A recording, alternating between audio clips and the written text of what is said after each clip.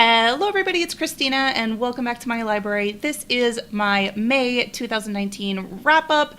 I actually read a lot more books than I planned to this month. I'm not going to get into the details right now because I will start to cry and I don't want to do that, but it has been an incredibly rough month and I ended up reading a lot to cope with it.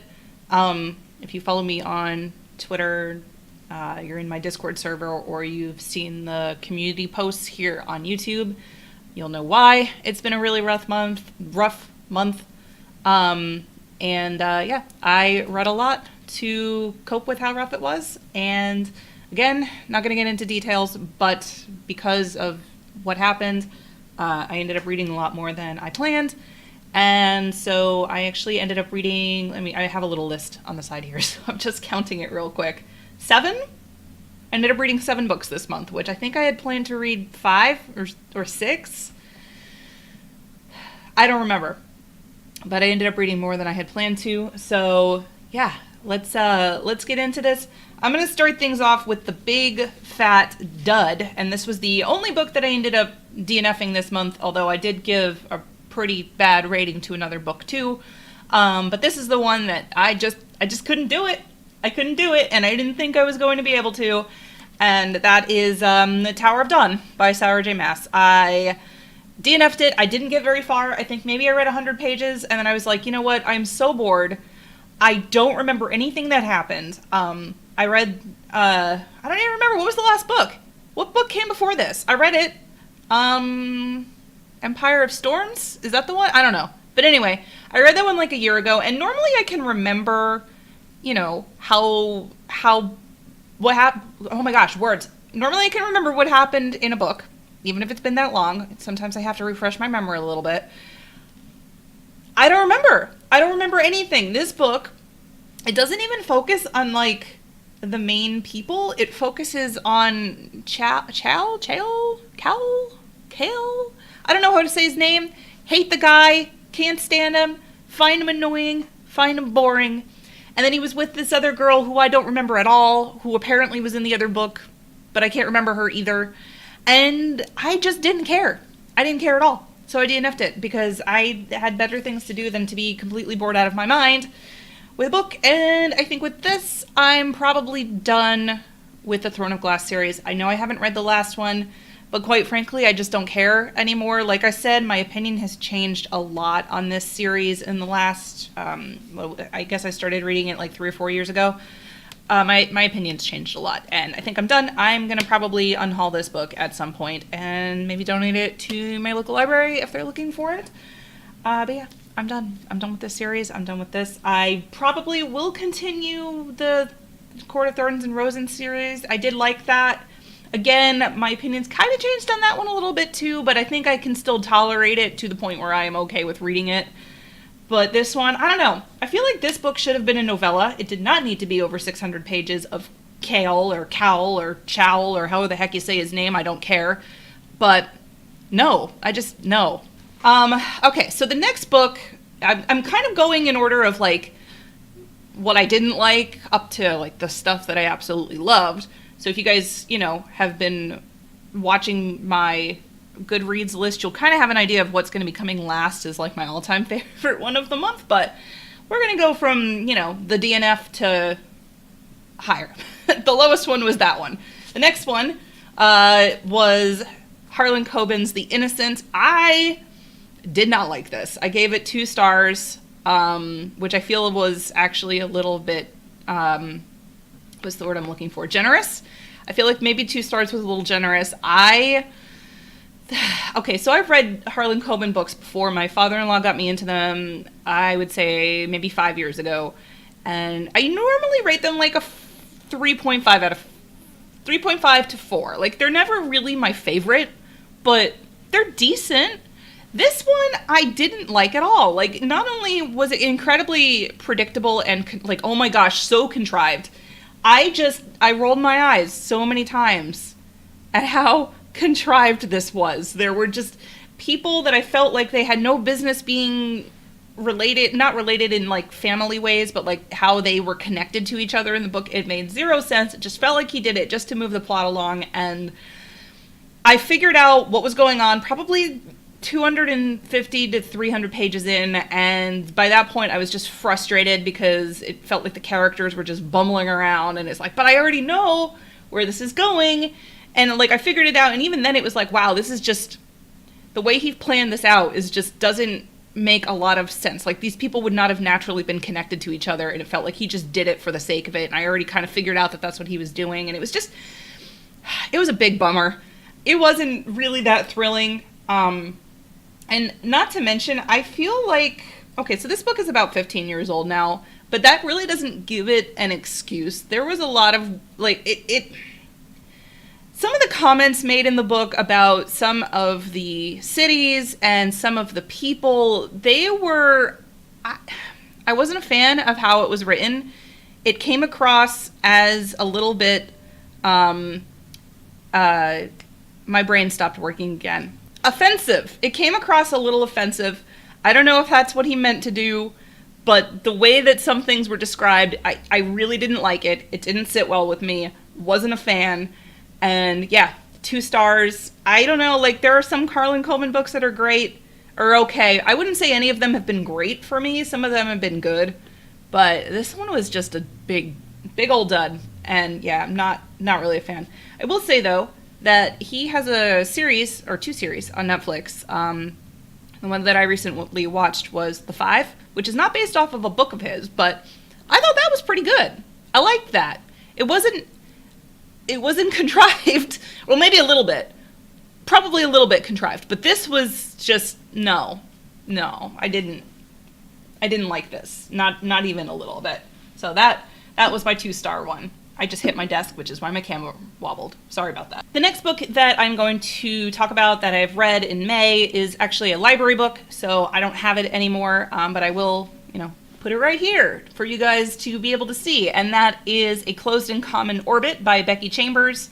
Actually, I read 2 of her books this month, so I might as well talk about both of them. They were both borrowed from the library. I don't have either one.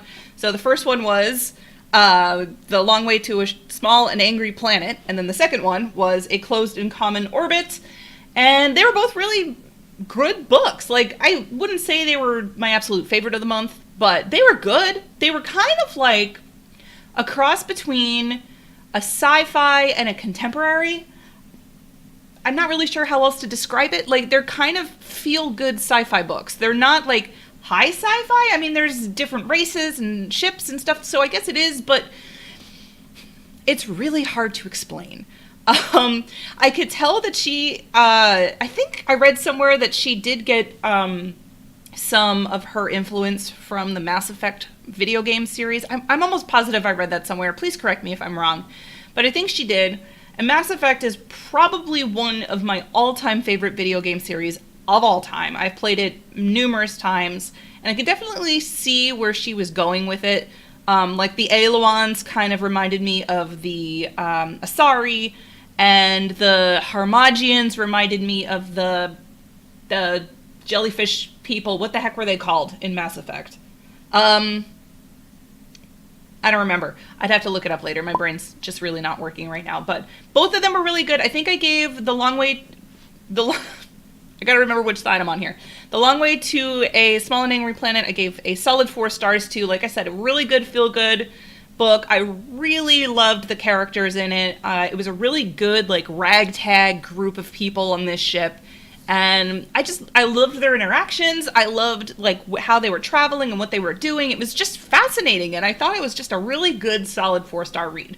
A Closed and Common Orbit, I gave a 3.5 out of 5 stars to, and the reason I didn't give this a solid 4 out of 5 stars is, and I can't really say too much because it's actually spoilers for the first book, but I will say that I didn't like one of the characters' stories. There was one character in the book that I found, I'm going to put my hand down now, I'm going to probably not have the book up the entire time. One of the characters I found a little bit annoying and whiny. The second character, her backstory, I loved her backstory. I thought it was amazing. I thought that it gave her so much more depth as a character because you only really see her a little bit in the first book. And I guess I could say her name because she's not really a spoiler. It's just that the other character is, but Pepper's character in A Closed and Common Orbit, you see her briefly in the first book, very, very briefly. But her character in the second book was great. I really loved learning more about her and the struggles that she went through. And I thought that that was fascinating, and it's probably why I enjoyed the book as much as I did. The other character, who again, I can't say who it is because of spoilers, I didn't like her, thought she was kind of whiny. And the other thing that I thought was kind of neat is that The Long Way to a Small and Angry Planet and A Closed and Common Orbit actually did have, like, it was focusing on a different set of characters. The first book focuses on the people on the Wayfarer ship. The second book focuses on people that are living on Port Coriol, which is like the port that they visit in the first book. And so they're connected, but they're not like, I feel like you could read one without the other, although there are, no, you can't. No, take that back. You can't. You have to read the first book first, but they're good, solid, feel-good sci-fi books. I really liked them, and I definitely recommend them. All right, I'm looking at my list again because I'm trying to remember what the heck I read. Okay, so the next book, again, I don't have a physical copy. I only have one more physical copy to show, actually. The other two are either audiobook or library book, but the audiobook that I want to talk about is another sci-fi book that I absolutely adored, and that book is Leviathan Wakes by James S.A. Corey, and oh my gosh, I loved this. I listened to it on Audible as an audiobook. The narrator was fantastic. And the book, okay, so how I described this on Goodreads is it is like what you would get if you had Mass Effect, the Mass Effect video game series, and the Dead Space video game series have a baby. That is what Leviathan Wakes was, and it was freaking great. I loved every second of it. If you are familiar with those video games, you're probably sitting there like, wait, what? But yes, it is what happens if you cross Mass Effect and Dead Space. And it was wonderful. It was such a good book. The characters were great. I really liked Miller's character. I thought he had a lot of depth. And even like the side characters were really fun to read about. The whole book was so good. The story was amazing.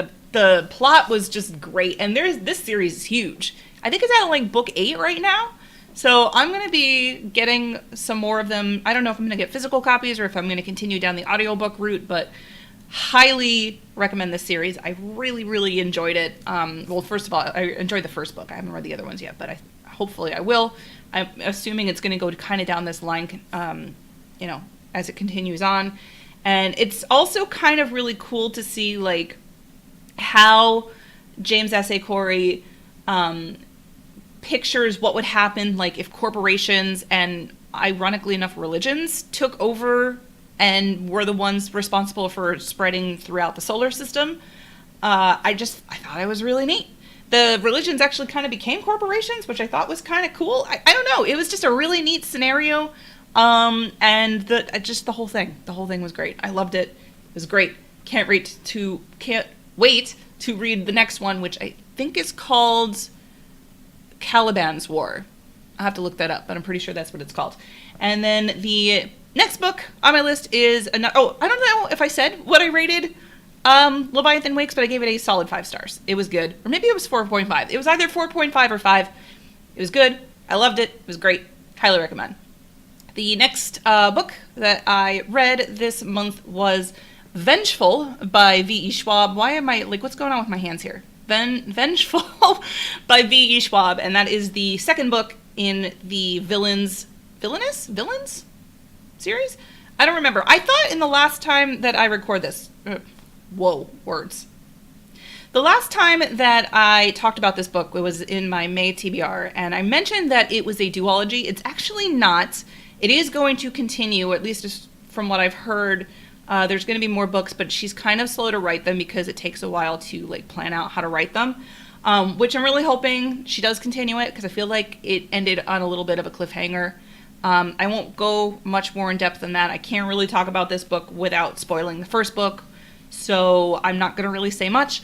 I will say though that I absolutely loved it. It was a fantastic book and a really good continuation of Vicious, And I think that I am in love with this series. I definitely want to read more V.E. Schwab books. I do have A Darker Shade of Magic, so maybe that'll be on my June TBR, actually. It might be. But yeah, really loved it. Solid 5 stars. Maybe it was 4.5. I don't remember, but it was good.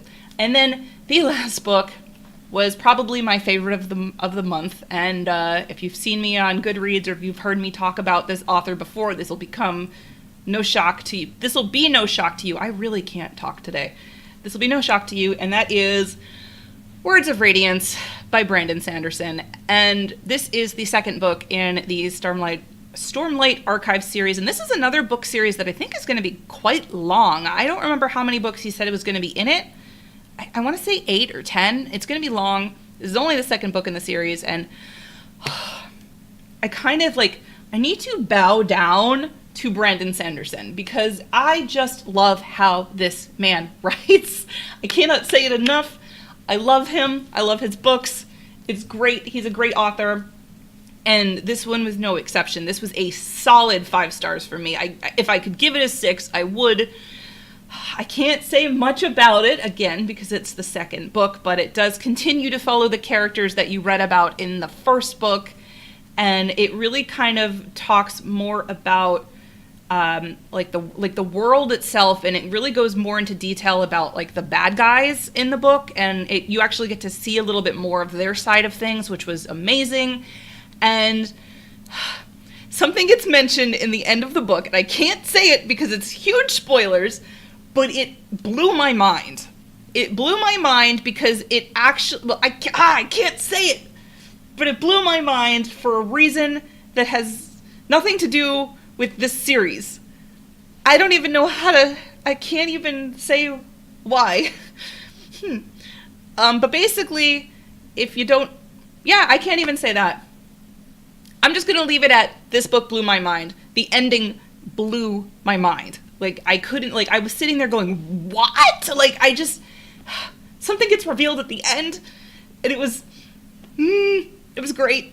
It was great, and I can't really say why it was great, because it's a huge spoiler for basically, everything, and I can't, but 1,300 pages, doesn't even matter. I loved every minute of it. I would read a 5,000-page book by Brandon Sanderson. I would love every second of it, and it would be fine. I wouldn't complain about it being too long. It would be amazing.